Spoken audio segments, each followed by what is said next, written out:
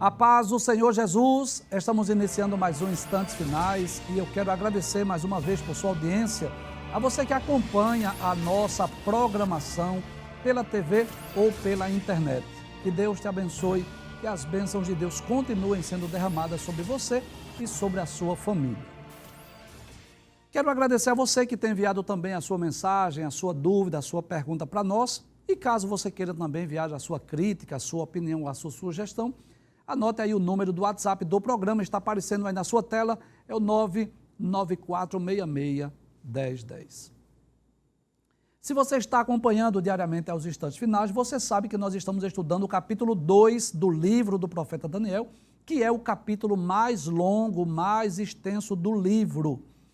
Nos programas anteriores, nós já estudamos os 38 versículos, capítulo 2, versículos 1 até o versículo de número 38, né? E aí você já sabe, você já conhece a história. O rei Nabucodonosor teve um sonho, esqueceu do sonho, chamou os sábios, os magos, os astrólogos, os caldeus, ninguém pôde dar interpretação. O rei ameaçou matá-los, prometeu presente, mas ninguém pôde revelar o sonho. E aí o rei mandou matar os sábios de Babilônia. Quando Daniel soube disso, Daniel vai a Arioque, pede um tempo, vai orar com seus amigos, e Deus deu a Daniel a revelação e a interpretação do sonho. Então Daniel vai, adora a Deus, procura Arioque, manda Arioque pedir para levá-lo à presença do rei, e aí Daniel é chamado para trazer ao rei Nabucodonosor tanto a revelação quanto a interpretação do sonho. E nós extraímos grandes lições desse texto. Nós falamos sobre a adoração, Daniel aproveitou para adorar a Deus. Sobre a humildade, Daniel reconheceu que a revelação foi dada a ele não porque ele fosse o mais sábio, mas porque foi Deus que quis revelar.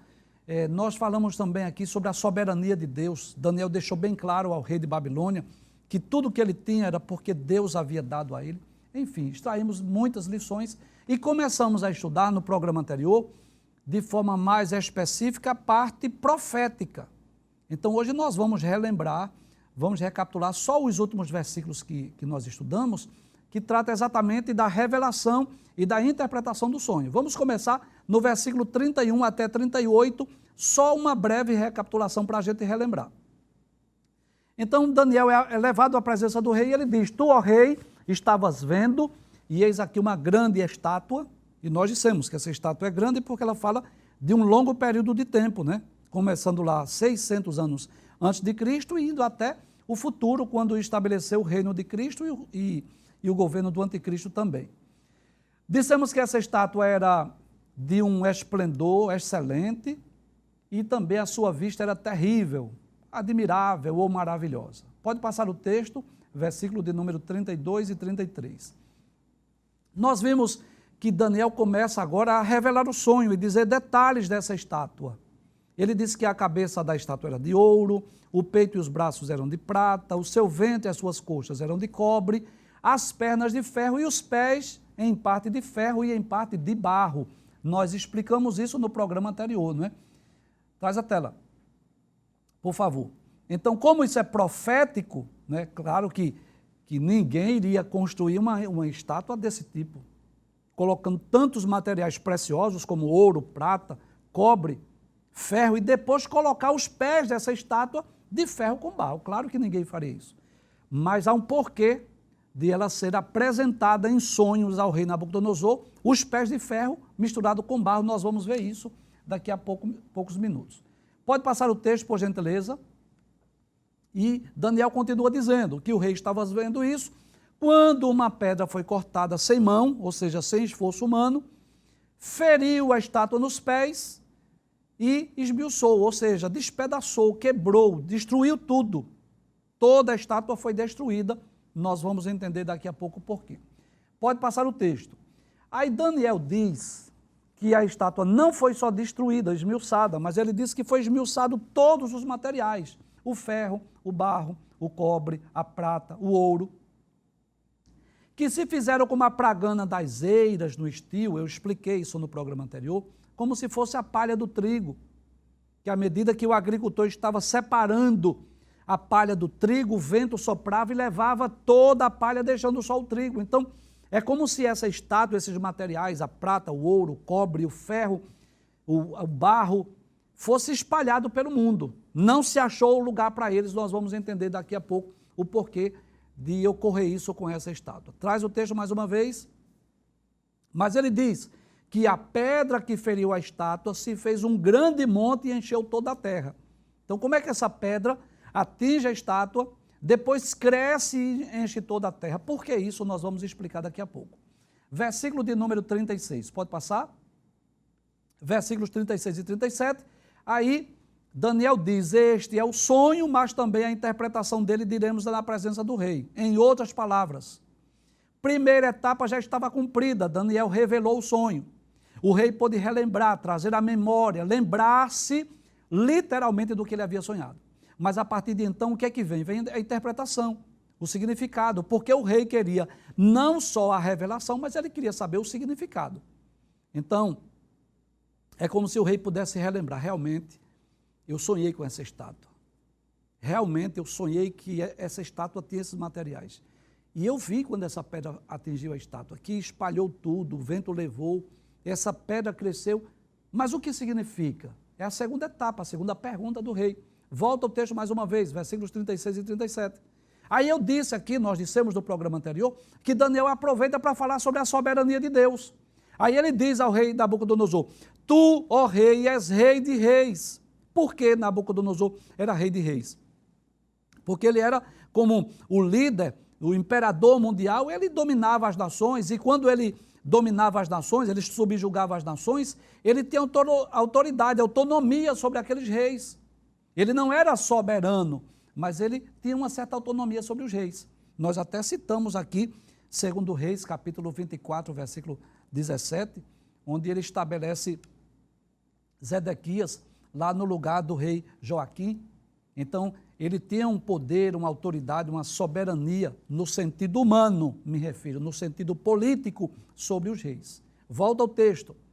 Mas Daniel deixa bem claro que ele é rei de reis. Por quê?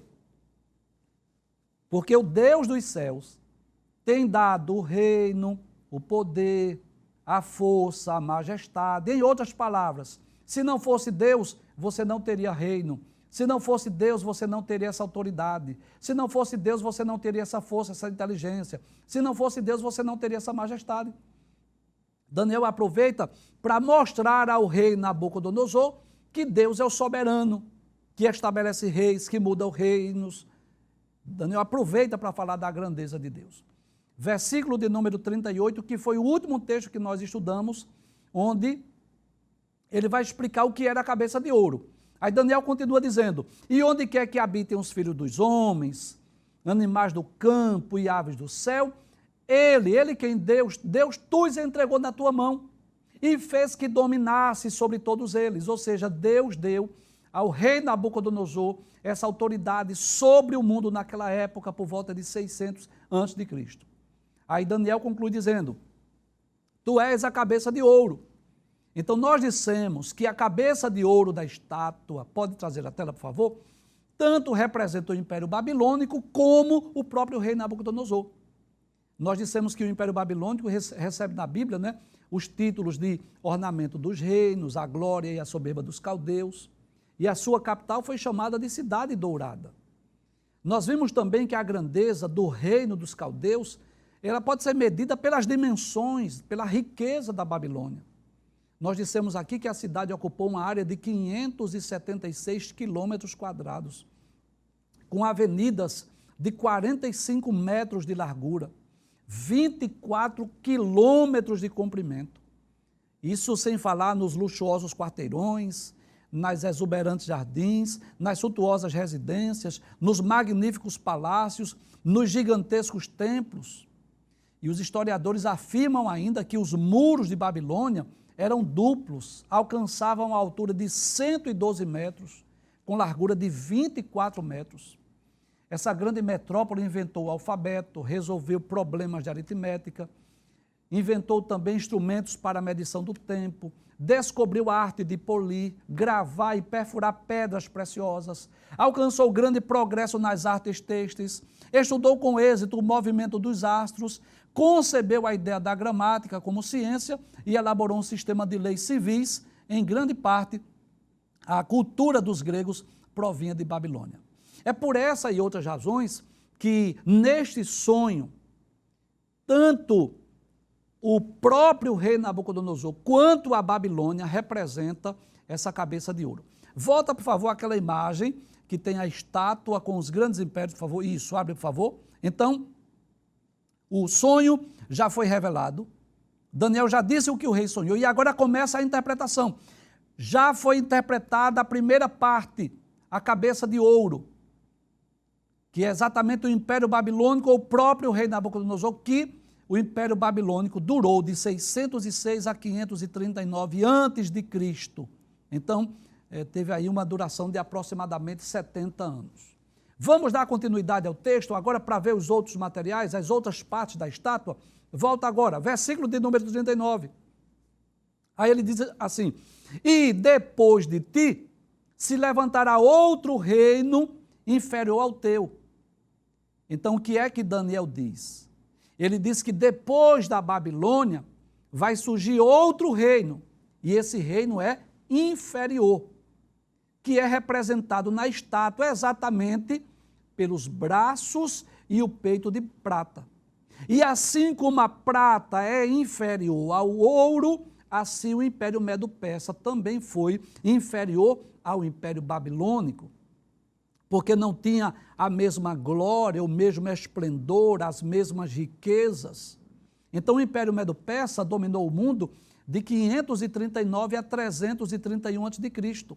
E esse grande império era, na verdade, em questão de extensão, eram de 3 a 4 vezes maiores do que a própria Babilônia, em termos de extensão, mas não tinha, com certeza, a mesma glória, o mesmo esplendor, as mesmas riquezas. Não teve os mesmos desenvolvimentos tecnológicos e científicos da Babilônia. Por essa razão, nós vamos perceber que na estátua ela é representada por um material inferior, tá certo? Então, nós vamos observar que o Império Medo-Persa, ele dominou a Babilônia, mas incluiu também os reinos conquistados da Babilônia. A Lídia, que fazia parte ocidental da Turquia, o Egito, o Afeganistão, uma grande parte da Ásia Central. Além disso, o Império Medo-Persa durou quase o triplo de tempo do Império Babilônico. Porque enquanto o Império Babilônico durou aí em média de 70 anos, o Império Medo-Persa durou cerca de 200 anos. Traz mais uma vez, por gentileza, a imagem da estátua. Por favor, isso. Então, observe que em termos de extensão territorial, em termos de tempo, o Império Medo-Persa ele foi superior. E é interessante você perceber. Deixa eu aparecer aqui, por gentileza. Isso. É interessante você perceber isso. As minúcias, os detalhes das profecias. Observe que no sentido de extensão, não é? Você vai perceber que essa extensão aqui do peito, dos braços aqui, ela é superior à cabeça. Essa extensão aqui é maior. Por quê? Porque o Império Medo-Persa, em termos de tempo, de duração, e em termos de grandeza, de extensão territorial, foram maiores do que a Babilônia. Mas em sentido de glória, de apogeu, foi inferior. Por isso que esse material aqui é inferior. Por isso que ele é representado pela prata. E é interessante isso, que aparecem dois braços. E por que dois braços? Simples. Porque foram dois povos que se uniram para vencer a Babilônia. Como Deus é detalhista. Então a história, e a própria Bíblia fala sobre isso, que inclusive no capítulo de número 8, o Império Medo-Persa é representado por aquele carneiro que tem 2 chifres. No capítulo de número 7, o Império Medo-Persa é representado por aquele urso que tem 3 costelas entre os dentes. Nós vamos estudar isso nos próximos programas. Mas nós vamos perceber que foram 2 povos, os medos e os persas, que se uniram para quê? Para vencer a Babilônia. Então, como a Babilônia foi superior a todos os reinos nesse sentido de glória, de riqueza, de esplendor, de majestade, Então, por isso é representado na estátua como a cabeça de ouro. Mas os demais reinos, nós vamos percebendo que não tiveram a mesma riqueza, a mesma glória, o mesmo apogeu de Babilônia. Por isso que Daniel diz, interpretando o sonho agora, que o Império Medo-Persa seria inferior à Babilônia. Volta ao texto mais uma vez.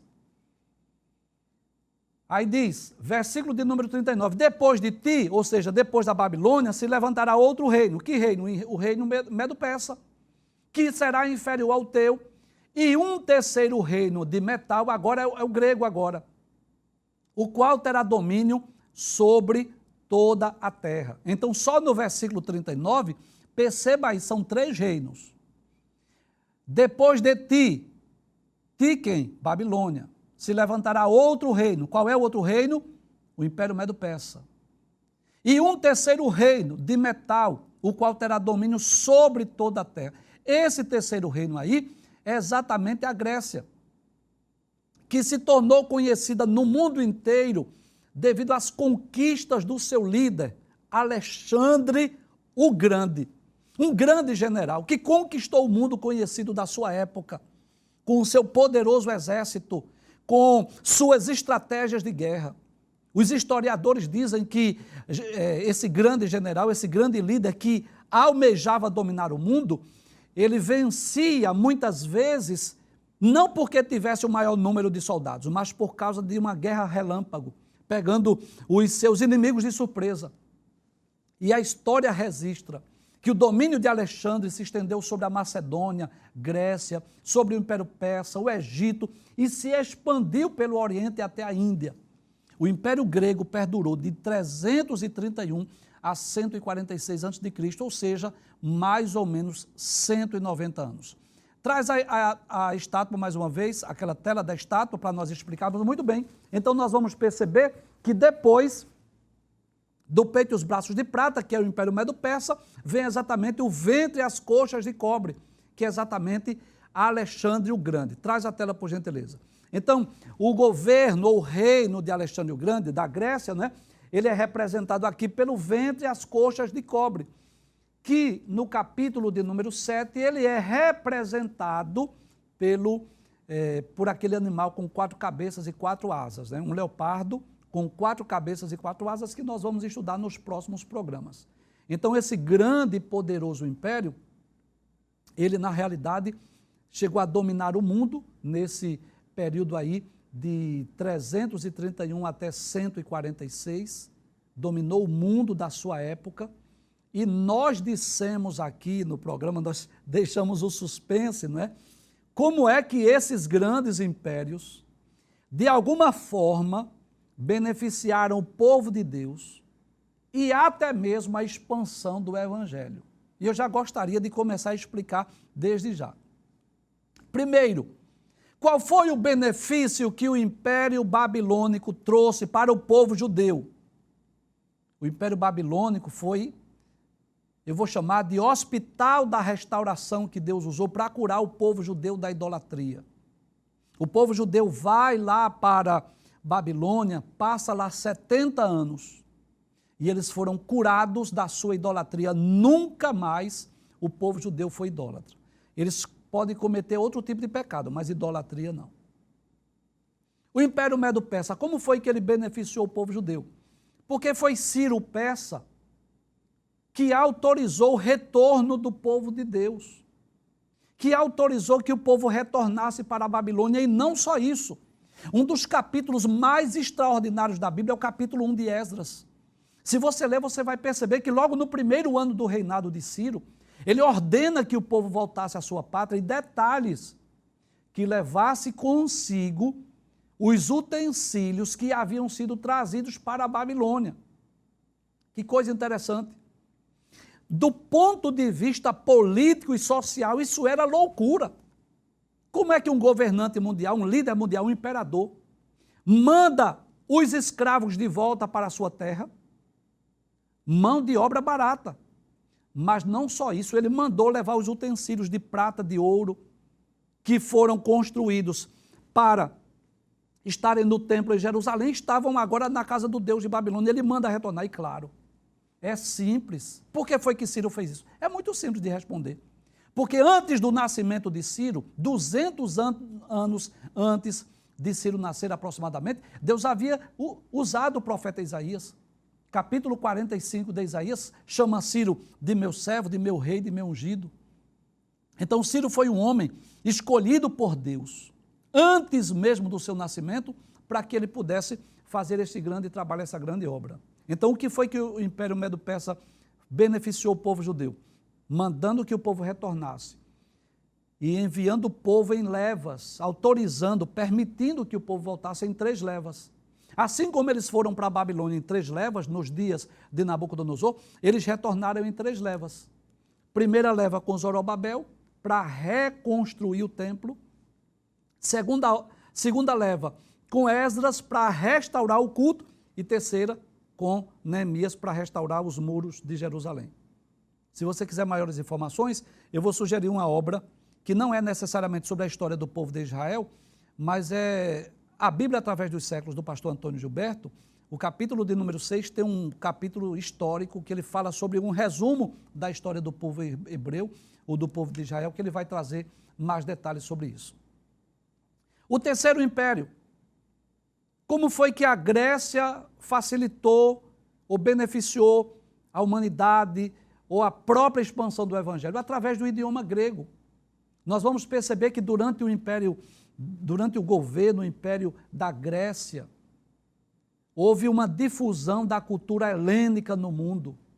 Houve um interesse para que o mundo inteiro falasse o grego.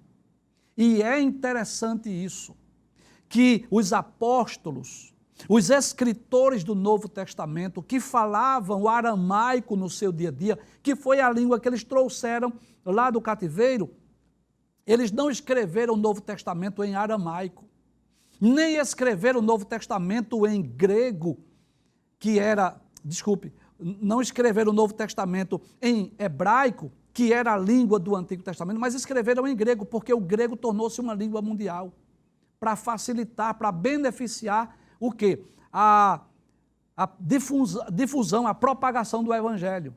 Recapitulando, Babilônia foi um instrumento de Deus para curar o seu povo da idolatria. O Império Medo-Persa foi o império que Deus usou para mandar o povo retornar e levar, inclusive, os utensílios do templo. Mandar, inclusive, voltarem para reconstruir o templo e restaurar o culto. Terceiro, a Grécia, como Alexandre, como o governo de Alexandre, como esse império influenciou o mundo, trazendo a difusão dessa cultura helênica, do idioma grego para o mundo, para que quando viesse o evangelho, claro, séculos depois, a mensagem do evangelho pudesse ser difundida, pudesse ser pregada com mais facilidade. Finalmente, nós vamos para a última parte desses materiais, a penúltima, melhor dizendo, lá da estátua. Traz a tela mais uma vez, vamos voltar ao texto bíblico. Versículo de número 39. Aí ele diz, depois de ti, ou seja, depois de Babilônia, se levantará outro reino, que é o Império Medo-Persa, que será inferior, e um terceiro reino de metal, que é o Império Grego, o qual terá domínio sobre toda a terra. Então, esse que terá domínio sobre toda a terra, fala do Império Grego, que foi o Império de Alexandre o Grande. Pode passar o texto, versículo 40, aí sim. E o quarto reino será forte como o ferro. E é interessante isso, que embora o ferro não seja o mais valioso, mas ele é o mais forte. E Roma teve o império mais forte. Aí ele diz, pois como o ferro esmiuça e quebra tudo, como o ferro quebra todas as coisas, ele esmiuçará e quebrantará. E como foi que Roma conseguiu isso? Então nós vamos perceber que as pernas de ferro fala de quem? Fala exatamente do Império Romano, que na realidade, nós sabemos disso, foi o Império Romano que dominou o mundo nos dias de Jesus. Volta, por gentileza, à mesma imagem que tem os impérios. Isso, então observe que as pernas de ferro representam o Império Romano, que dominou o mundo desde 146 antes de Cristo até 476 depois de Cristo, ou seja, por mais de 600 anos. Então, o Império Romano foi o mais longo de todos os impérios. Durou por mais de 6 séculos. Roma ganhou seu território pela força. pode trazer a tela, através do seu poderio armado, tornou-se o maior e mais forte império que o mundo tinha conhecido até então. O exército romano, os soldados romanos eram conhecidos no mundo da época. E eles dominaram o mundo. Inclusive, Jesus veio ao mundo durante este império. Porque observa aí que Roma dominou desde 146 a.C. até 476 depois de Cristo. Então observe que quando Jesus esteve aqui na terra, quem era que dominava o mundo era o Império Romano. Inclusive essa é uma das razões pelas quais os judeus não creem em Jesus como Messias, porque eles esperavam um Messias guerreiro que libertasse o povo judeu lá do Império Romano. Então, nós vamos perceber que Daniel deixa bem claro isso, que o ferro é forte, que o ferro quebra tudo, que o ferro esmiuça tudo, e estava falando exatamente deste poderio do exército romano.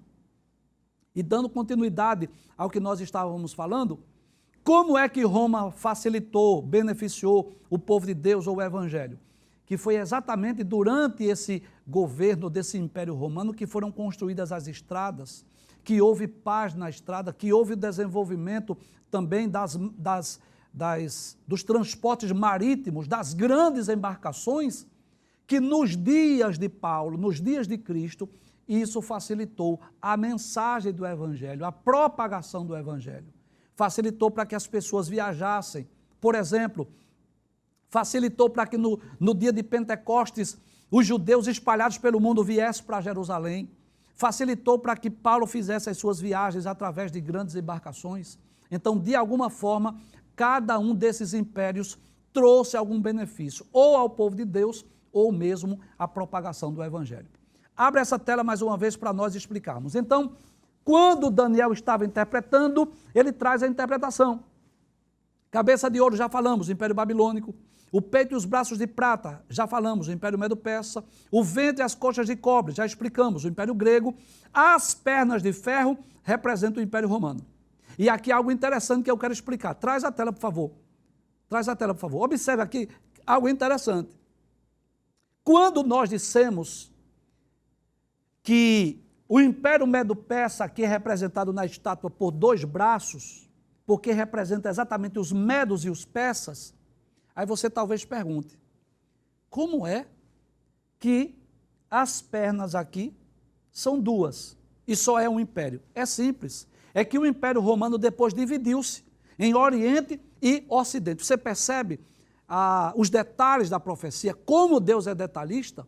Então, se os 2 braços representam 2 povos, as pernas de ferro, na realidade, não são dois impérios, é um império só, mas que depois foi dividido em Oriente e Ocidente. Então, todos esses impérios aqui já passaram.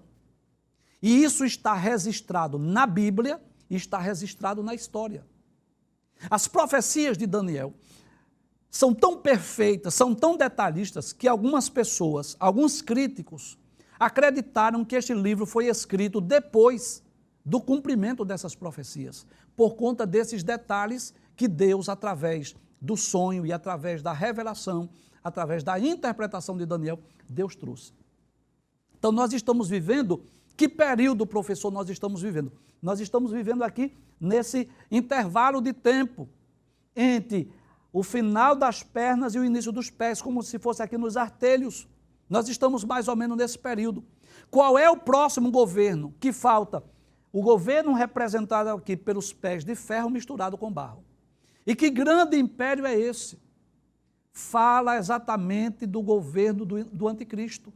Um governo que será estabelecido na terra no futuro. Então, os reinos anteriores já se cumpriram, já se passaram. Já se passou a Babilônia, já se passou o Império Medo-Persa, já se passou o Império Grego, já se passou o Império Romano.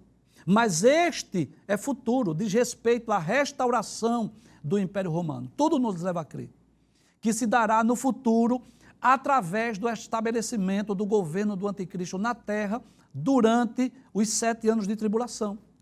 Professor, talvez você pergunte, professor, baseado em que o senhor disse que será uma restauração do Império Romano? Baseado em Daniel capítulo 9, versículo 27. que é uma profecia chamada a profecia das 70 semanas de Daniel. Veja o que diz o texto. E ele quem? O príncipe que há de vir, firmará um concerto com muitos por uma semana. Então observe que esse príncipe que há de vir vai firmar um concerto por uma semana. Que semana é essa? 7 anos de tribulação. Veja o que diz o versículo 26, Daniel 9, 26. E depois das 62 semanas, será tirado o Messias e não será mais. E o povo do príncipe que há de vir destruirá a cidade e o santuário. Quem foi que destruiu a cidade de Jerusalém no ano 70? O povo romano. Quem foi que destruiu o templo? O povo romano. E esse príncipe que há de vir possivelmente sairá de Roma. Possivelmente sairá ali da União Europeia. Então nós podemos dizer que nós estamos vivendo esse intervalo de tempo, que é um intervalo de tempo indeterminado, e o que falta vir é apenas o governo do anticristo. E é interessante que a estátua tem 10 dedos nos pés. E esses 10 dedos nos pés apontam para 10 governos, 10 nações que irão apoiar o anticristo. Inclusive, se você tiver aí uma Bíblia, você leia lá em Apocalipse, capítulo de número 13, você vai perceber isso.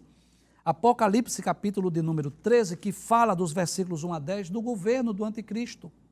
Aí diz assim: e pus-me sobre a areia do mar e vi subir do mar uma besta que tinha 7 cabeças e 10 chifres.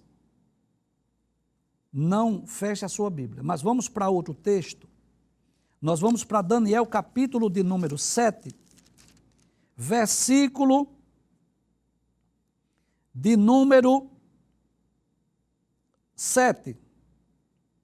Daniel, capítulo 7, versículo 7. Diz assim: depois disso eu continuava olhando das visões da noite, e eis aqui o quarto animal, terrível, espantoso e muito forte, o qual tinha dentes grandes de ferro. Ele devorava, fazia em pedaços, pisava aos pés o que sobejava.